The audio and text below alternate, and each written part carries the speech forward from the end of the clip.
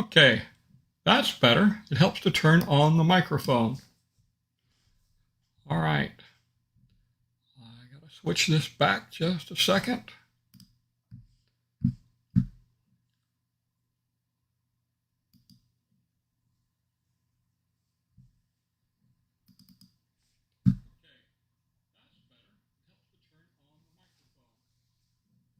Uh-oh. I'm getting noises from everywhere.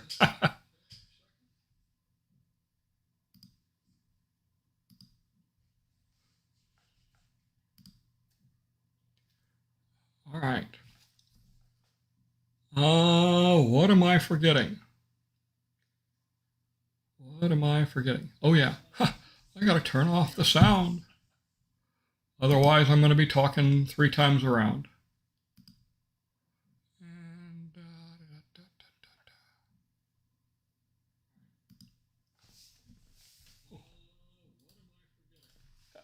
It was on the other computer. That's what the problem was. Well, hello, everyone. Uh, Sorry about the confusion. We're trying out some new things today. Specifically, we're going to try and do a Zoom call in the mix of this as a way to give people another way to ask questions.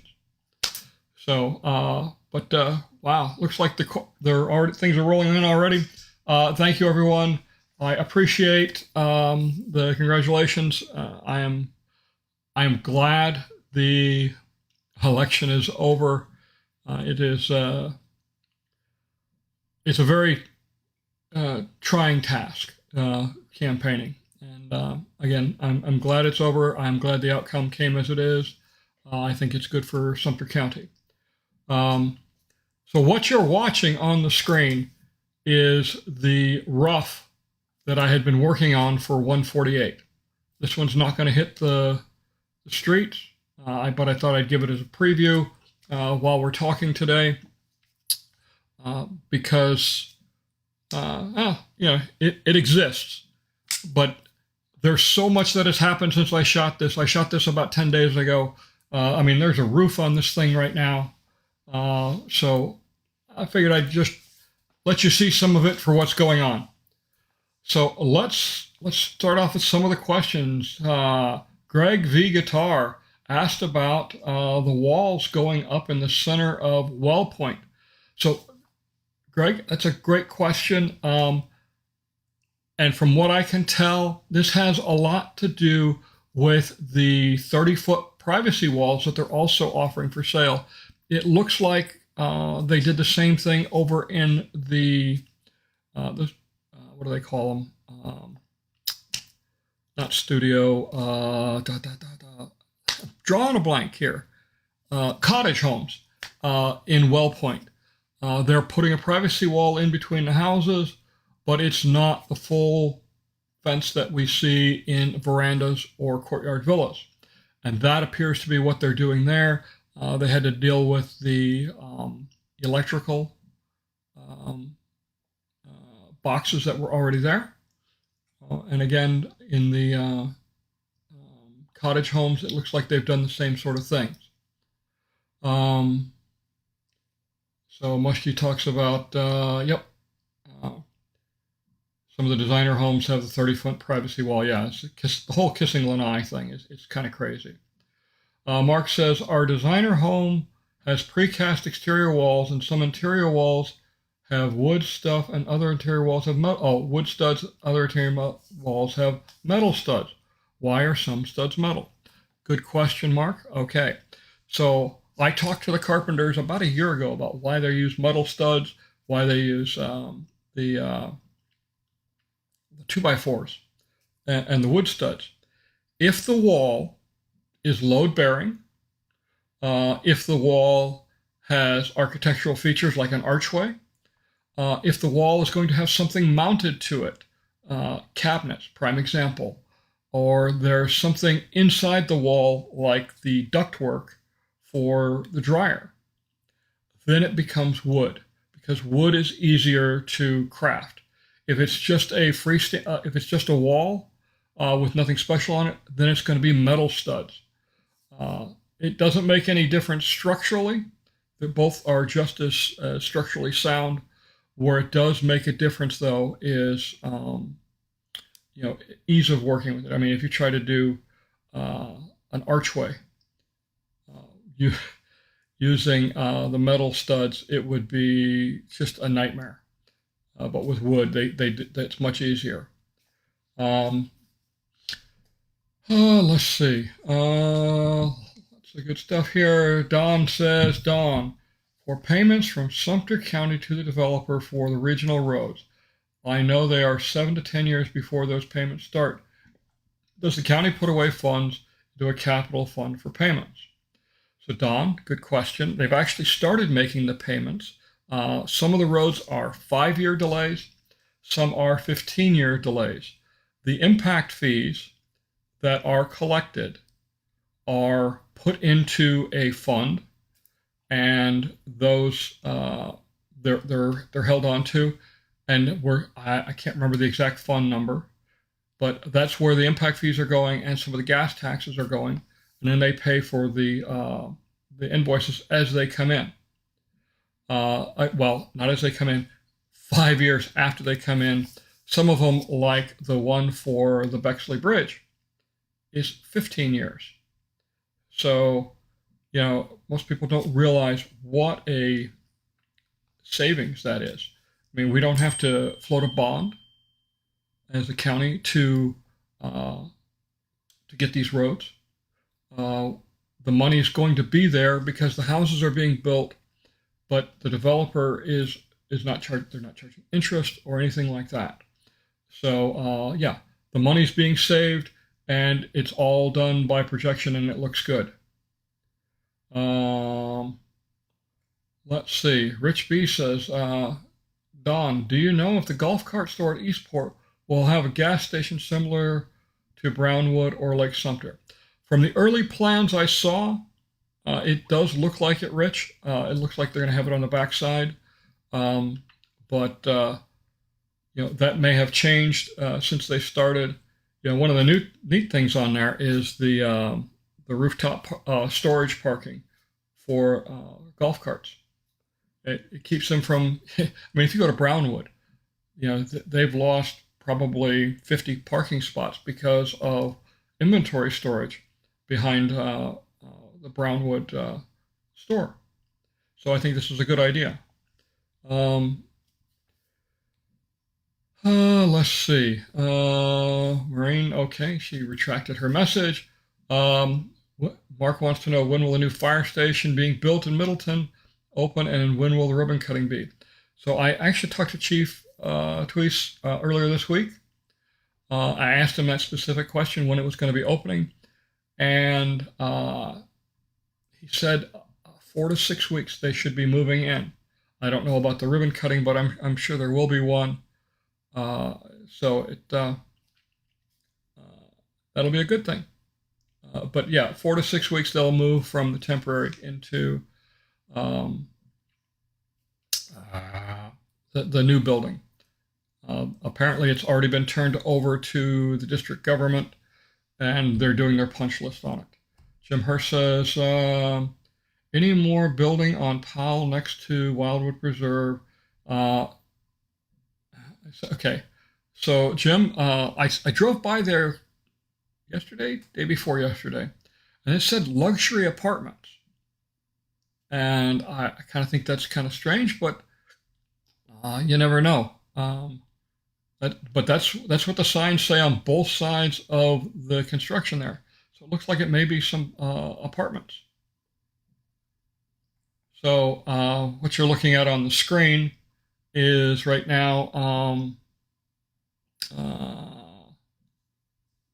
I'm sorry, that was Middleton. I did a low-level flyover, street level, just playing around doing something new. This is a relatively low-level flight of the work going on in Eden something or other. I can't even remember. Edenville, Eden Plain, I don't remember. Anyway, lots going on. So let's switch over to, So I have John running the Zoom call. John, do we have any questions yet on the Zoom? If we do, I'll switch the system over to the Zoom call. It's been kind of tricky. We played around with this. Okay, thank you, John. Let me know if there is. So yeah, the idea is to give another platform for asking questions. So let's see. So I have. Oops, you know what? I just remembered. I put up the PowerPoint, but I forgot to open the PowerPoint. I don't even see the PowerPoint. Anyway, let's see. Edenfield. Thank you, Victoria. Yeah, it's Edenfield. I don't know. Too many things going loose up here. All right. Let me see if I can remember what. Oh, there it is. There's the questions. I got to open up PowerPoint. So you don't see all the stuff that's going on. I've got two monitors here. So we'll open up Microsoft PowerPoint. Ding, ding, ding.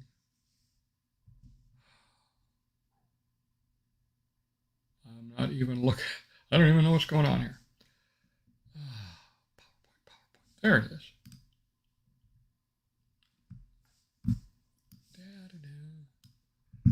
And we're going to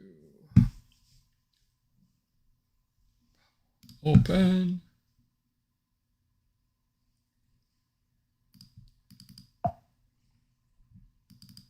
There it goes. All right.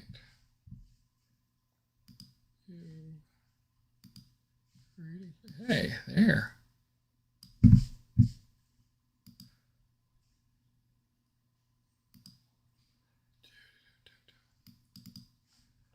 It's always fun doing this.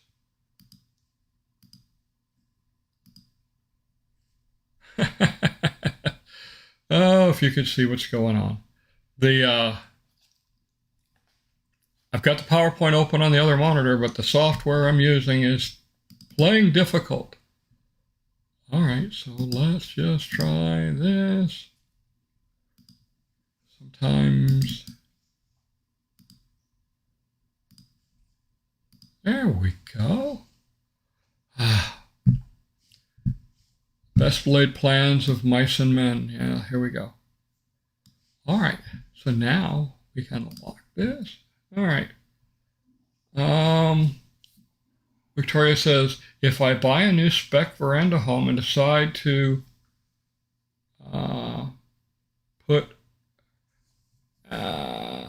add a pool, will that make my property taxes go up? Oh, you betcha.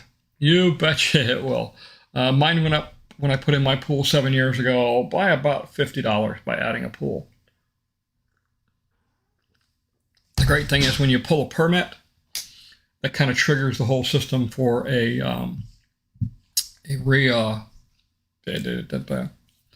reestimate on your property taxes. All right, so let's go to some of the questions that people have sent me so far. Let's see. Oh, yeah, 148. Yeah. Again, it was delayed due to a lot of election activities. I'm glad, again, that most of that's over with. There's also some canine chaos. I got a call 15 minutes before the election results started rolling in on Tuesday evening from one of the owners of one of the pups that we had sold earlier this year. He had gone home at, at about 2.5 months old. Unfortunately, the family's circumstances changed. And when they changed, they had to move into an apartment, a small 2-bedroom apartment, instead of a house like they had anticipated. And that they just could not take care of the pup. So one of the conditions I put on the sale of all pups is that if for whatever reason they could not give the pup the care and attention it needs, I I don't care if it was health issues or whatever. The first call was to be to me, and I would take care of rehoming it. So Loki is with us now. It is Canine Chaos with mom, dad, and son. Lily has shown that she still is the mother and has been just, yeah. Well, for example, one of the things that the female will do as the pups get older and she wants to start weaning them, when she eats, she will regurgitate part of her dinner or her food so the pups can eat it. Well, she knew that this pup needed more nourishment, and right after she ate, she regurgitated, and this pup is 4 months old, but the instincts are so strong in Lily. She's such a great mother. So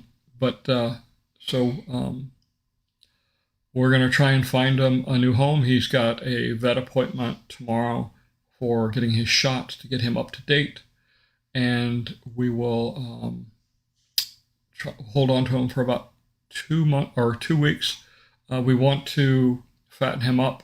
One of the things about a golden retriever puppy, or any puppy, is they expend a lot of energy both growing and playing, and they need lots of food.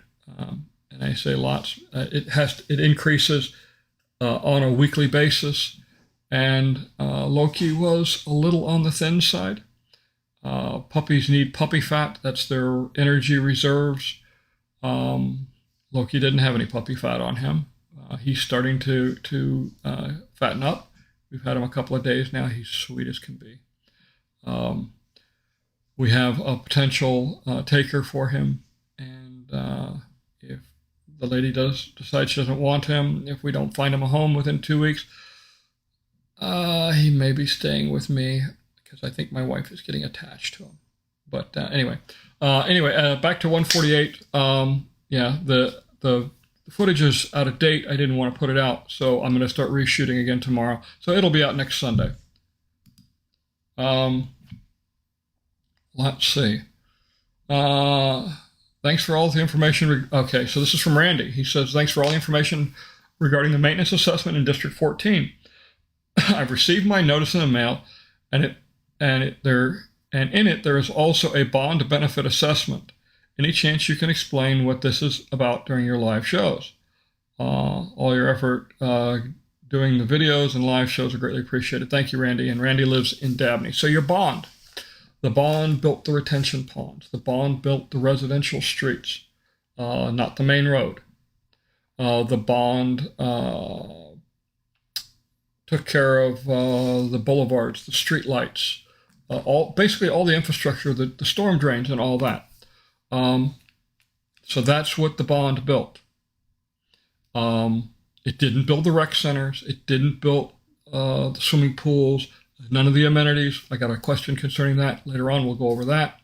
But so that's what the bond built. And the maintenance assessment takes care of the things that the bond built. Okay. So the bond, the things that the bond built, you would have paid for anyway. Most builders roll it into the cost of their homes. The Villages doesn't do that. They use these development bonds. It's the same cost no matter which way you go. You're going to pay it no matter what. But what this does is it improves cash flow for the Villages so that when they build, so they have the cash on hand to build the amenities, the swimming pools, the rec centers, and that. So it's a great tool. I'm sure you've seen developments before where they'll sell it to you and say, well, over here, this is going to be where the swimming pool is, and over there will be the tee box right behind your house for the 5th hole. But right now, it's just an open field. It doesn't happen here. They've never not delivered on amenities that they have built, and the amenities are built first. And it really is truly about cash flow and keeping things solid. they don't have to sit on the cost, so they don't have their money tied up. They get paid by the community development district as it goes along. So that's the bond. Let's see. We'll switch back. And it looks like the video is going to restart. I apologize for that.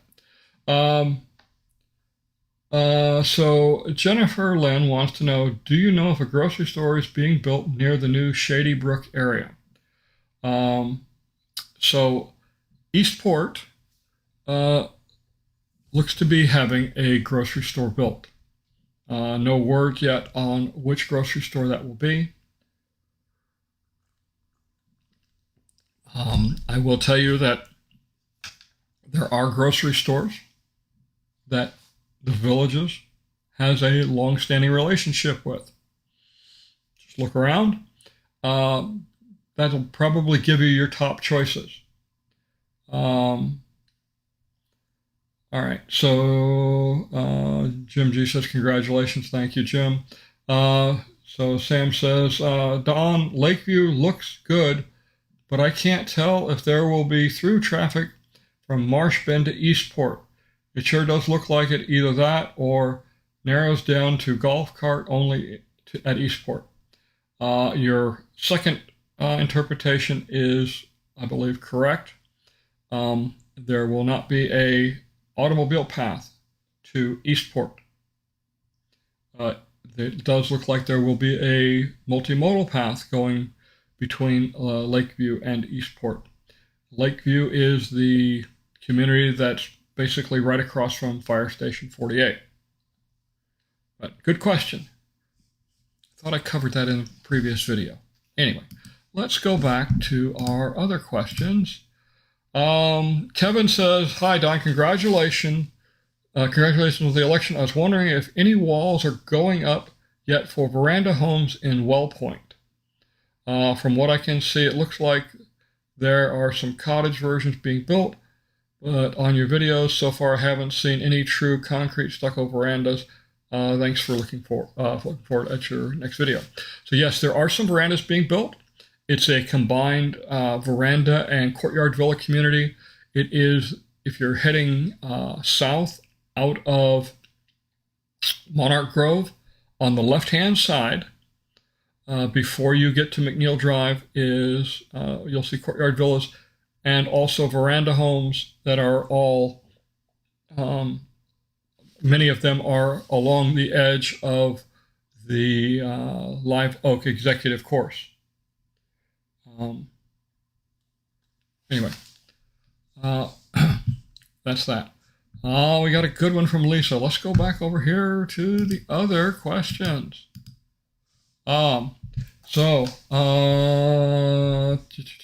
Lisa says, why is there an annual bond benefit assessment each year?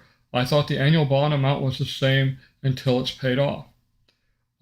Yes, the bond amount will be the same every year. The maintenance assessment will be different probably every year as costs continue to rise. But the bond will stay the same for about 10 years. It's a 30-year bond. The reason I say about 10 years, because if the interest rates are favorable, at the 10-year point, they have the option of reissuing the bond at the lower interest rate, at which point you will receive the benefit of that, of a lower bond payment. When I was on CDD 10 as the chairman, we redid our phase 1 bonds, and we saved about 2 percentage points on interest. And our residents saw, like, on average, about a $90 decrease in their annual bond assessment. It does reduce it. It's not a loan. It is an investment bond that is issued over a fixed period of time. That's why they can't be remade at will, like you can your mortgage. That is the bond. Again, it's a 30-year bond that is issued by the Community Development District through normally it's through a bank that issues the bonds, and they get scarfed up instantly. So if you go to my YouTube channel, and you will see a set of videos or a playlist labeled, what's it called? Villages Information Videos. And in there are a collection of, there's one on the bond, one on the maintenance assessment, and two on the amenity fee that talk about each of these. I produced them about 3 years ago when I first started doing talkies. Maybe it's been 4 years ago. Wow. But they were one of the first ones I started doing with the voiceovers. Prior to that, it was just music and on-screen text. But I go through and explain them. I intended to redo those within the next year, just to refresh the numbers. Well, quite honestly, I'm embarrassed at those videos. The quality of work, I've learned a lot over the years. But so that's what that is, Lisa. Let's go over to another question. Cindy says, "Hi Don, really appreciate all okay, we cannot talk. I really appreciate all you do. Curious, I know you mentioned PWAC 2 never happened, but now have EMAC. 2 questions. If PWAC covers CDD 5 through 19, is 9 districts... Question, if PWAC covers CDD 5 through CDD 13, is 9 districts to help share cost risk, but EMAC only has 3, I believe, CDD 15, 14, and CDD, or Eastport CDD. Seems a bit off balance on cost sharing. Can perhaps CDD 11 through 13 join EMAC since CDD 14, since neighbor to CDD 14 and close to Eastport area? Would be able to close the maintenance, would be able to be closed in maintenance support such as grass cutting and shared roads like Megason. Very good question. And I answered Cindy. I wrote her. It took me about an hour to type up the response when she sent this to me last week. So it would be ideal to have 12 and 13. 11 is the Fruitland Park CDD, and that makes more sense to stay with PWAC.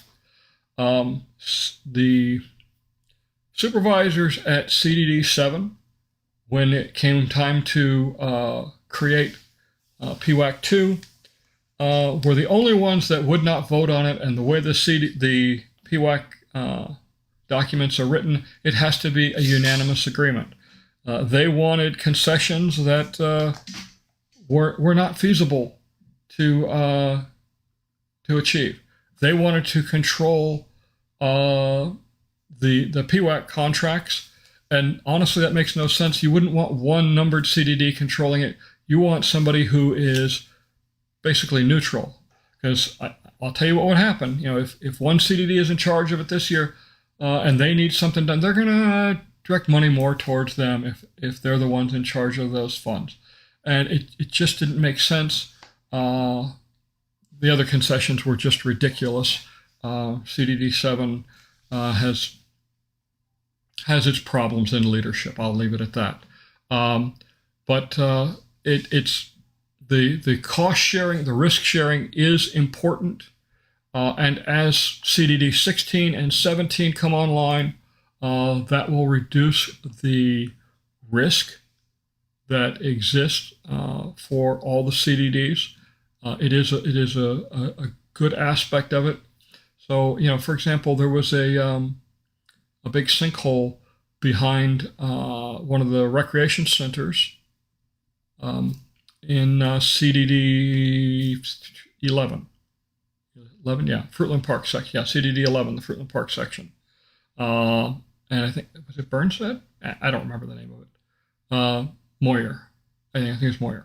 It was a big expense. They had to fill it with grout and recover from it. It's all fixed now, but they didn't have to absorb all the cost. It was shared with all the CDDs. So yeah, everybody took a hit that year, but the next year something else happens in a different CDD. We all share the risk. This keeps the yo-yoing from happening in the annual budgets. So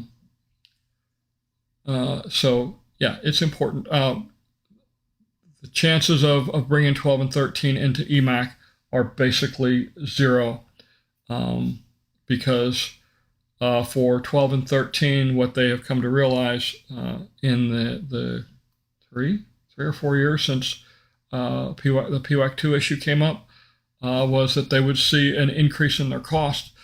Yes, that translates to some of the costs are for CDD 12 and 13 are being carried by the CDDs north of 44.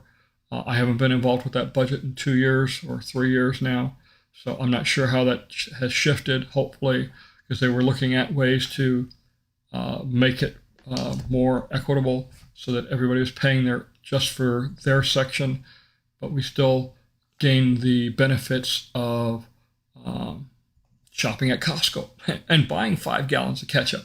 The large contract savings that we get.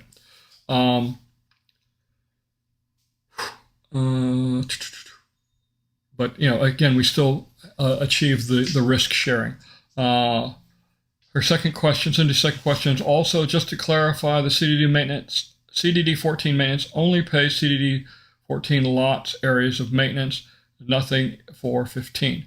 That is generally correct. Again, if there's a big maintenance item that's got to happen, that EMAC, it falls under EMAC. Let's take, for example, the pumping stations. Maybe they've got a pump that failed and it's got to be replaced. And it's in 15. Well, everybody's going to share part of that cost this year when that pump gets replaced.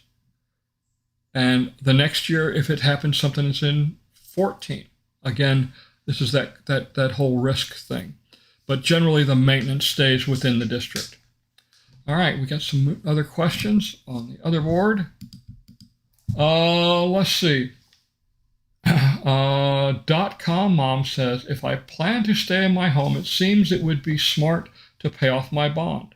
Is that a correct assumption? I guess the easiest question is, how are your investments doing? You look at the, you have to look at your own financial situation. If you can make more money in your investment portfolio for retirement, then I would say don't pay off your bond. Because, if you're making, let's say you've got a $50,000 bond. If you're making 8% on that, but your bond interest rate is 5%, you've got a 3% delta that you're ahead. That makes more sense. But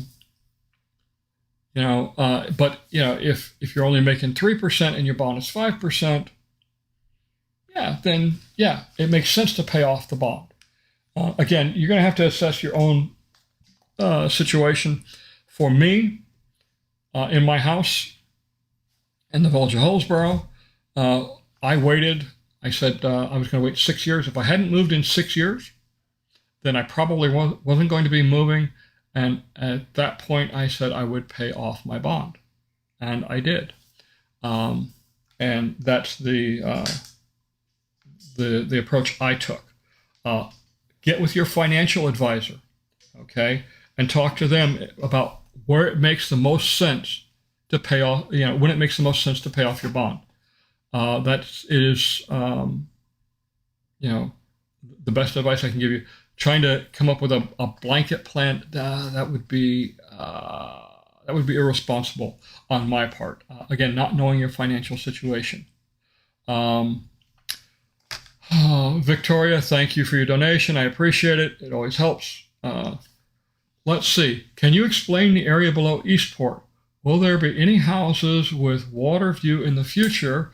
Are there any large bodies of water where the villages bought land for future housing?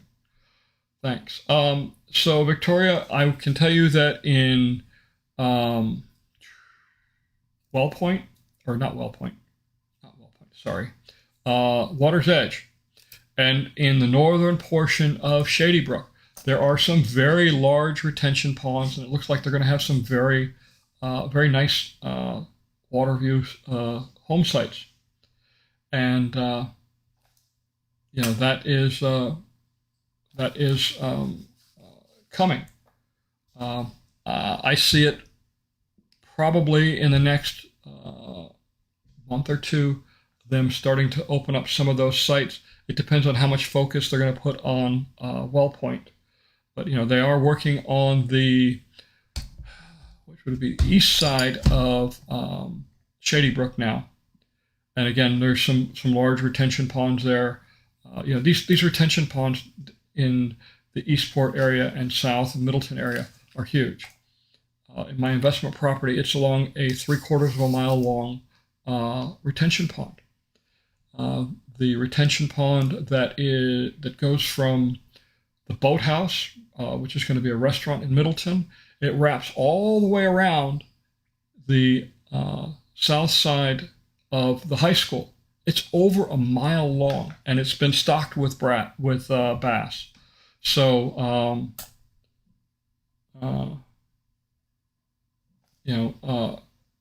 they're bigger. Part of the reason they're bigger, it means less infrastructure. But if you see some of the retention ponds that are smaller, they tend to have real big level changes because they'll pump some water out. And it's when they're small like that, it's hard to keep control of the level. Because you pump. Let's say you're pumping 1,000 gallons a minute, or even 500 gallons a minute. Doesn't take long on a small retention pond to change the level like that.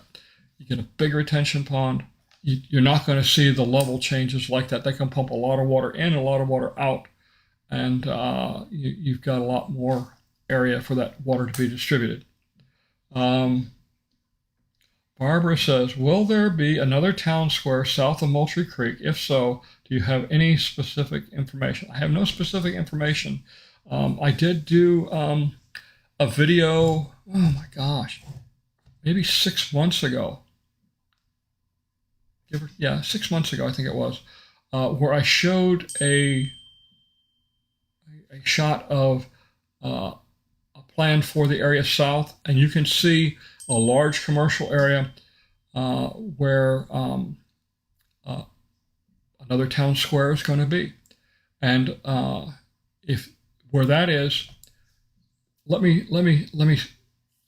let's talk about Lake Sumter Landing. If you look at Lake Sumter Landing, Buena Vista and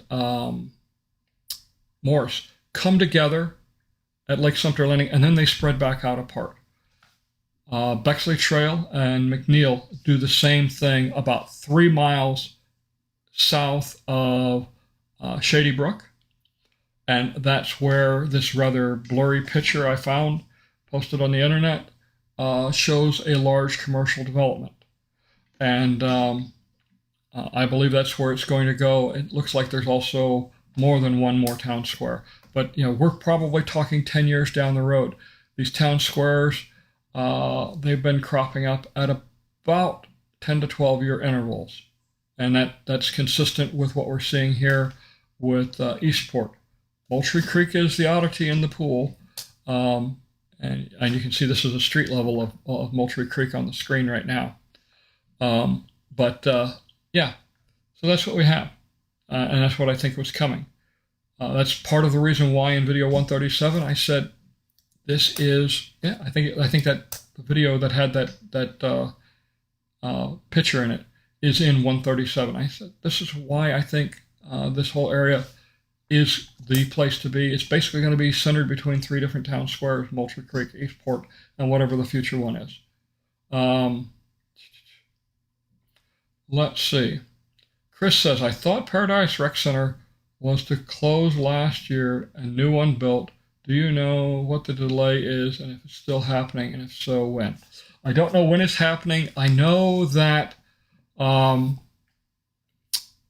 what you call it? They were doing the plans, and I think the plans were just about done. That was the last thing I think I remember seeing on the agenda. Um, you know, doing the plans, getting quotes. It's a very detailed and involved process. This is inside Victory Sports Grill, Victory Family Sports Grill, which is owned by Fred, who owned, I can't pronounce Fred's last name. Sorry, Fred. He's a great guy, though, that owns Scooples, and he owns another restaurant in Brownwood. He owns the restaurant at Evans Prairie, Bonifay, Orange Blossom Gardens, and Belglade. But yeah, that was inside there. Whew, I got sidetracked. Sorry. Squirrel. Something shiny. Yeah. Let's see.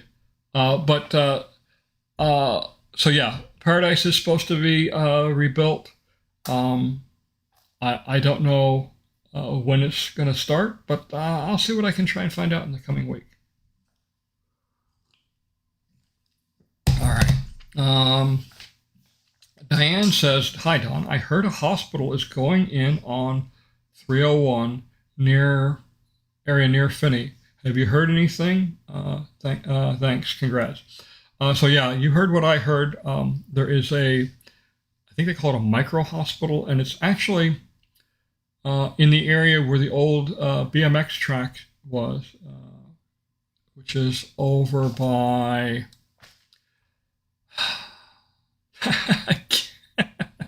Oh, these villages. Sometimes I just forget. The village that's where north of Marsh Bend. Somebody help me here. Which village is north of Marsh Bend? I know this. I was just there yesterday. But anyway, so it's along 301. It's a bit north of Finney. So it's not really in the Finney area. DeLuna. Thank you, Don. Appreciate it. Sorry about that. Yeah, it's in the area across from DeLuna. Yeah, and it's supposed to be, I think they said 30-bed hospital, something small. But that will be an interesting addition. But I haven't heard any specific details on it yet. I haven't seen any permitting on it yet. So we will continue to look for it, though. All right. Any more questions? Any more questions over on the Zoom channel? So the Zoom channel, let me switch. Oh, okay.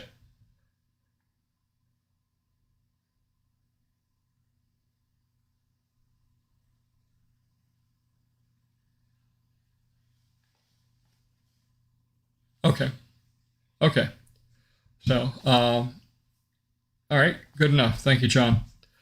Let's go back then to our other questions. Okay. Ooh, this is a long one. So we're going to try and break this up. Okay. When you say the developer owns the amenities in the South, what do you mean? I have been up and down the internet to figure this out, but keep coming up short. Here are some of the questions I want to explore. Who finances the initial construction of the amenities, ultimately answering the question of who owns them? Are the amenities, rec centers, pools, and executive courses, financed by the developer, the bond, home sales? Where does the money come from? Okay, so we touched on this previously. So, who finances the initial construction? The developer. They pay for it themselves. My understanding is that the developer runs their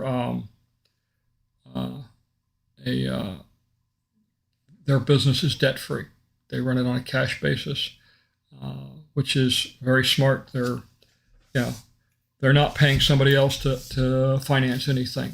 But anyway, so the developer pays them. It's not coming out of the bonds. It's not coming out of the home sales. Well, I guess technically.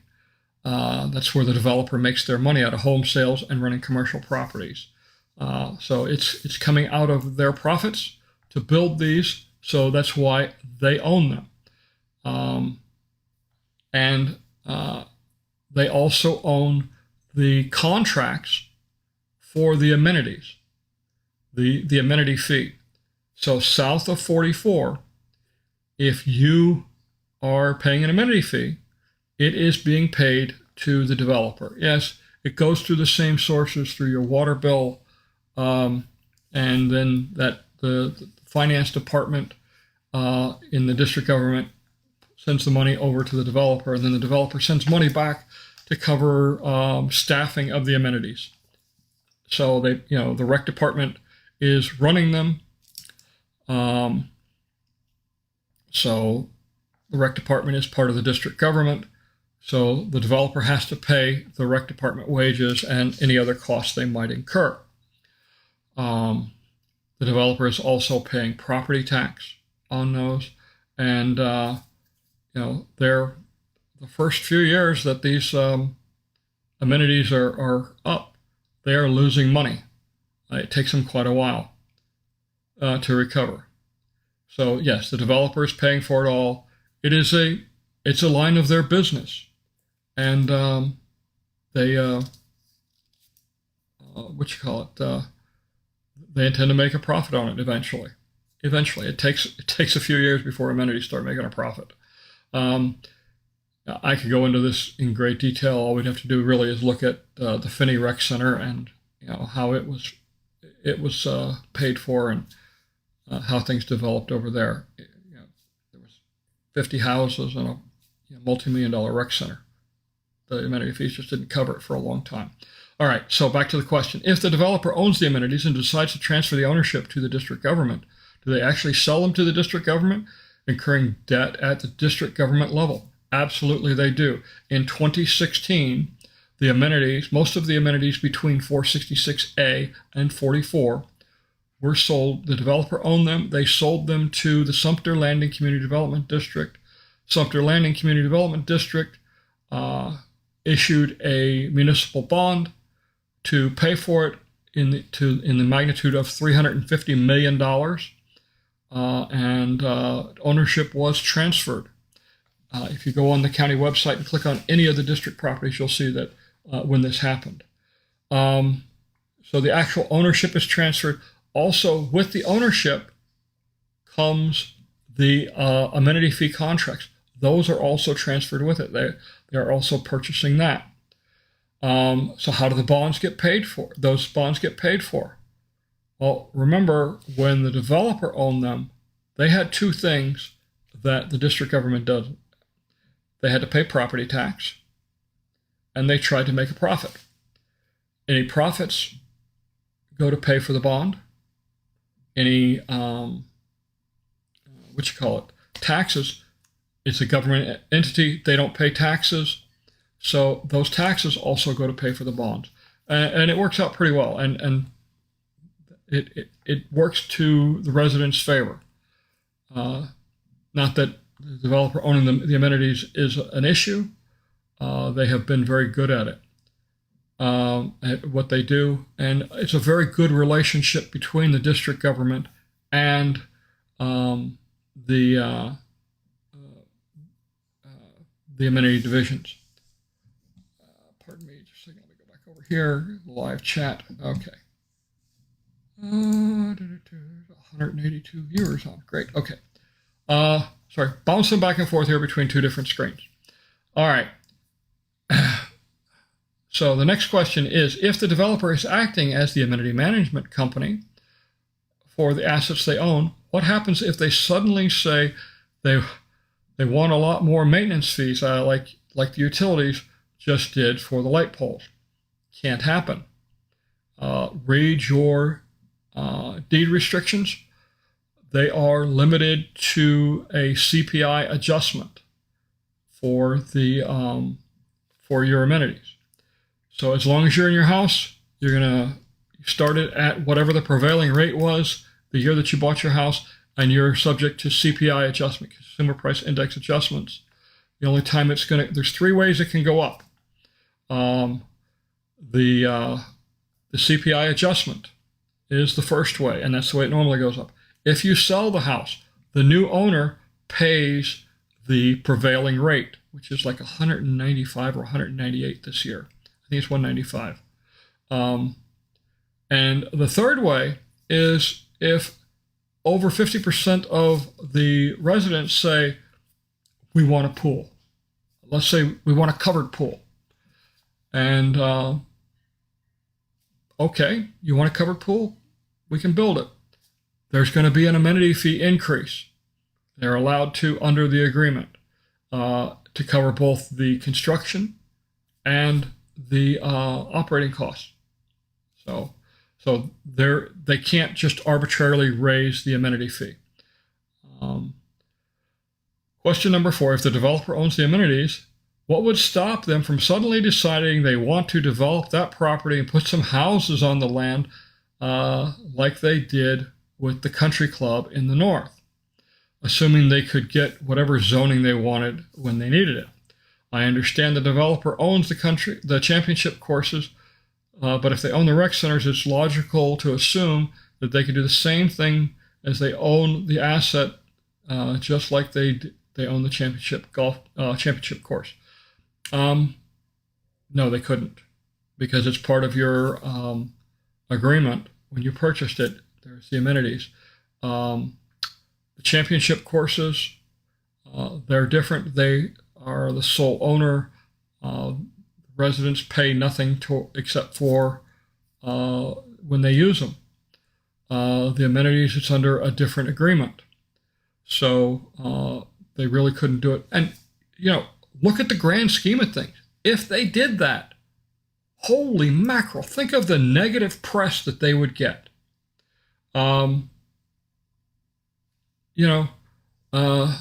look, they just, flattened, whatever rec center. Let's say they flattened the Everglades Rec Center and they put in 50 new houses. Oh my gosh, that would be crazy.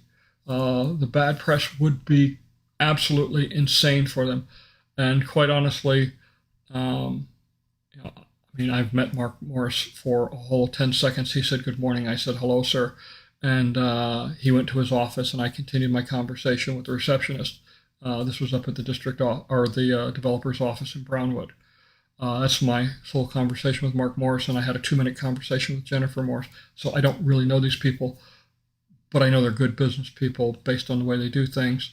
And it would be. I don't think that that would be. I'll say it straight out. I would think it would be a stupid move for them to do something like that. And I don't think they're stupid people. I think they're very intelligent and very good at what they're doing. Let's see. Going back to this question, we got a couple more rolling in over here on YouTube, but we'll get back to that. Let's finish with this. I have read the District Gov pages on bonds. I get the whole bond thing. They are clear on what the bond pays for, let's say. The proceeds of the bonds are used for construction improvements within the district, which consist of roadway improvements, landscaping, open areas, streetlights, multimodal paths, master drainage system, and water and wastewater distribution and collection service system. Yeah, that's what it pays for. If you could point me to a reference on the internet, that would be helpful. Best reference I can give you, T, is my videos that I talked about earlier on my YouTube page, because that all came from discussions with the district office and research that I did.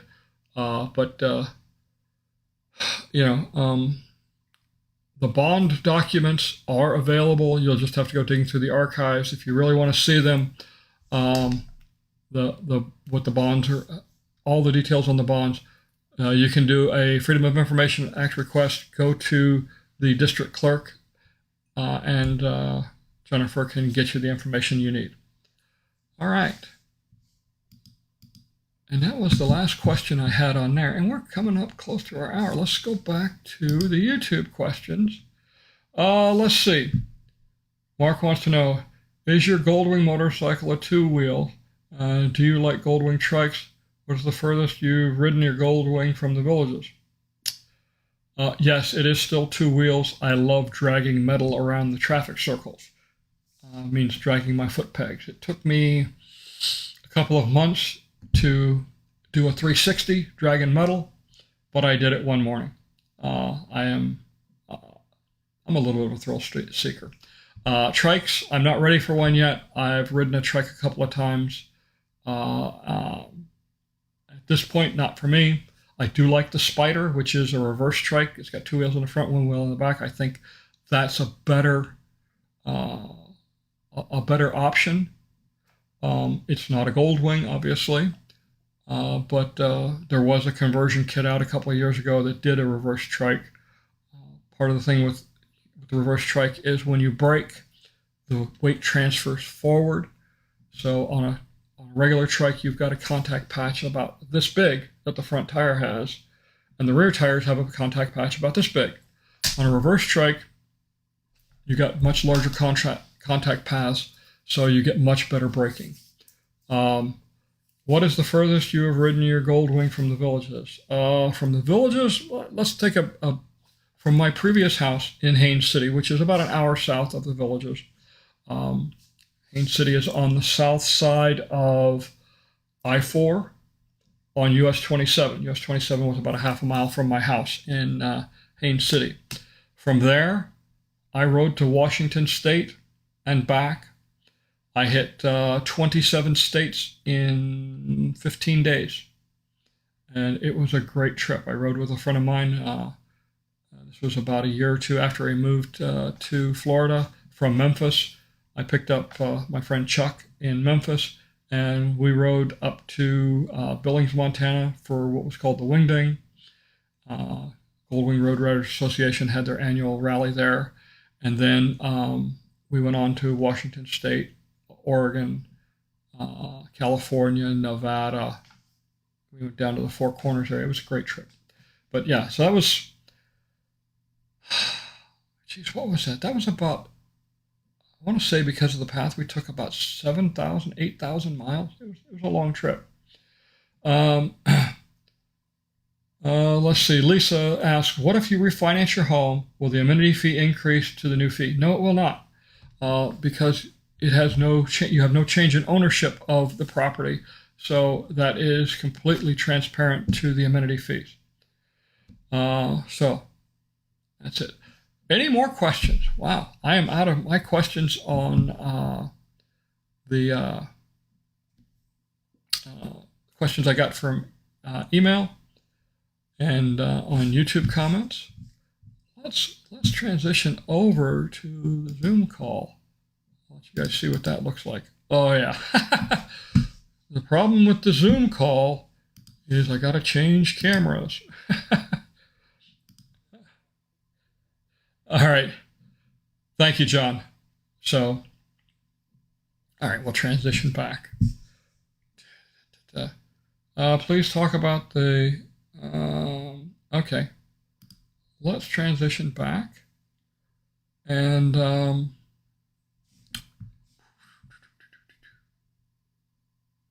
right. So, Tom R. says, please talk about the recently built Cordova Recreation Center and new homes being built there. What is the history and ownership of that land? The Cordova Recreation Center, most of that was the mail station, or part of that was the mail station for that village. I don't remember the exact name of the village up there. I don't know those villages as well as I know them down here. Of course, I can't remember half of those. Half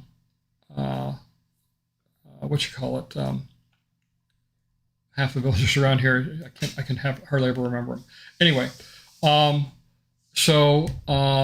the Cordova villas or the Marabella villas are being built, and part of the Cordova recreation area, that used to be where the Hacienda Hills Recreation Center was. Or not recreation center, championship golf course clubhouse was, and pool. It failed financially, and I'll say it, it's failed for the same reason that Katy Bale failed. They couldn't make a profit selling ice water and air conditioning. And they were losing a lot of money every month, and they couldn't keep staff because people weren't buying food. They were just sitting there, drinking a glass of iced tea for 2 hours and enjoying the air conditioning and that. But anyway, so that's what happened. The developer currently owns all that land. They're building 25 or 26 courtyard villas there. The Cordoba Recreation Area, all that land has been transferred to you know what? I don't know. I don't know if they still own it or not. So I'm not gonna say who owns that land. If it's an amenity, it's either owned by the developer still, or it's been transferred over to the Village Center Community Development District or the Recreation Amenities Division. So let's see. So that's what's there. Eventually those houses will be sold. I give them another probably another 2 months. I did transfer up there, or not transfer. I did venture up there the other day and shot some video footage, but again, it's out of date. Christy says, building in Shady Brook, back in Mission again for quick trip. Enjoyed the quick talk and first sync. Okay, thank you. Any news on the property by the greenhouses? Yes, so the latest is that a Super Walmart is going in there. I've looked at the plans that are on file with the Southwest Florida Water Management District. It shows it looks like 18 or 20 gas pumps that'll be going in there those will be situated along State Route 44. And there will be an entrance on 44 and on Morse Boulevard into it. Nothing yet on timeline. Tom R says, if you transfer your home from you to a family trust, does that change the amenity fee? No, I don't believe so. I don't believe so.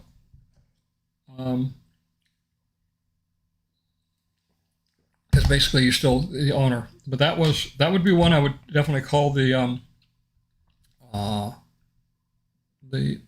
district government on. Chris says, can you comment on homeowners title insurance if you finance? I know lenders required on lenders coverage. I'm curious what you thought about on this. So yeah, the buyer and the lender have the option of taking title insurance.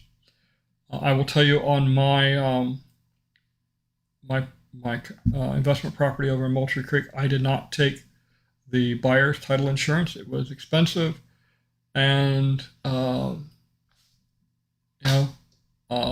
it was raw, undeveloped land. So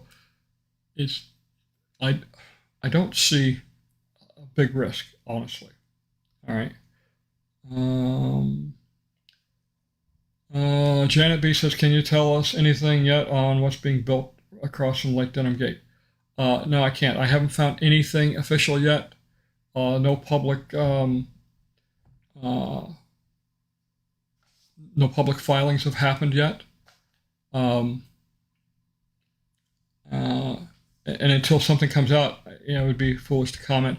I saw some comments on Facebook about apartments and in some Leesburg filing.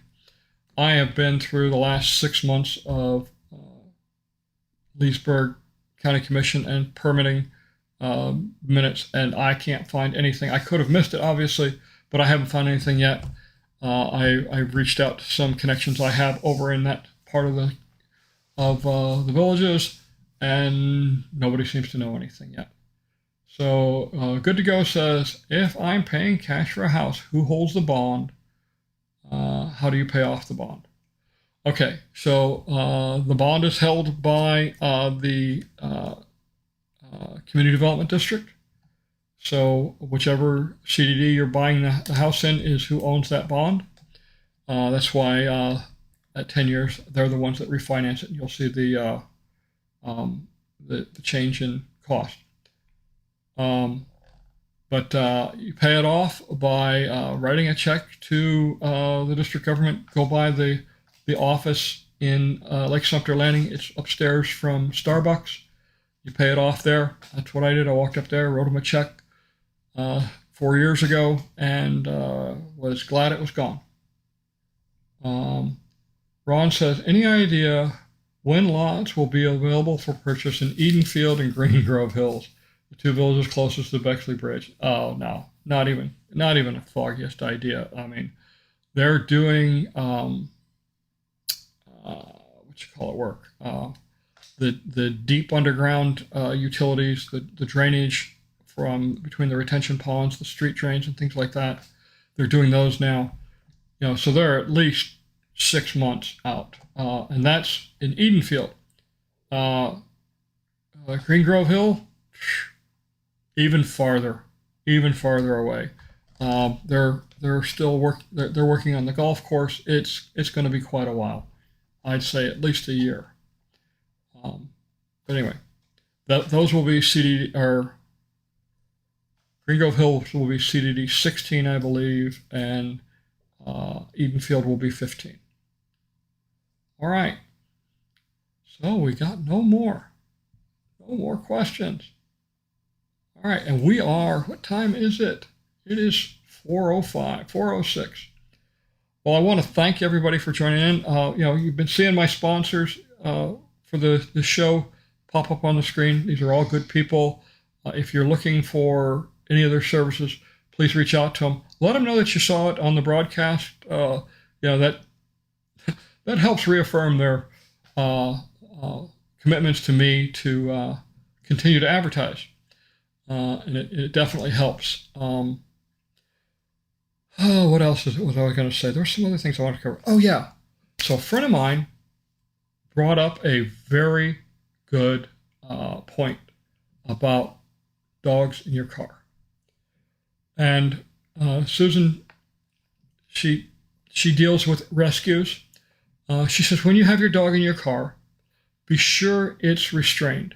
If you get into an accident and the dog is it can likely get hurt, but even if it doesn't get hurt, that airbag going off is going to scare it. It's going to be terrified. If the dog's in the car and the rescue people come there, they open the door, the dog will bolt, okay, and run off. Not a good situation for the dog. Trying to recover the dog is challenging. So make sure that you restrain your dog in your car whenever you have your dog in the car. It's so important. She was out when she called me about this one. She was out looking for it was a Labradoodle, I think it was, or Golden Doodle over on 301. Unfortunately, the dog got loose after an accident. They found the dog by the railroad tracks and didn't survive.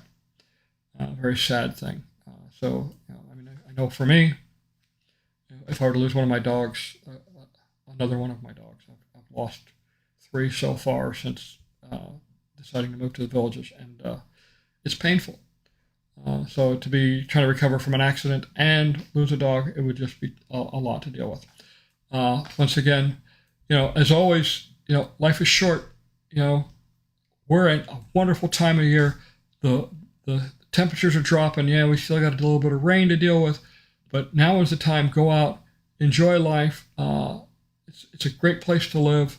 Life is very short. We don't know what tomorrow brings, so make the best of it. And thank you all again for tuning in. And we will do this next week. Next week, video 148 will be out.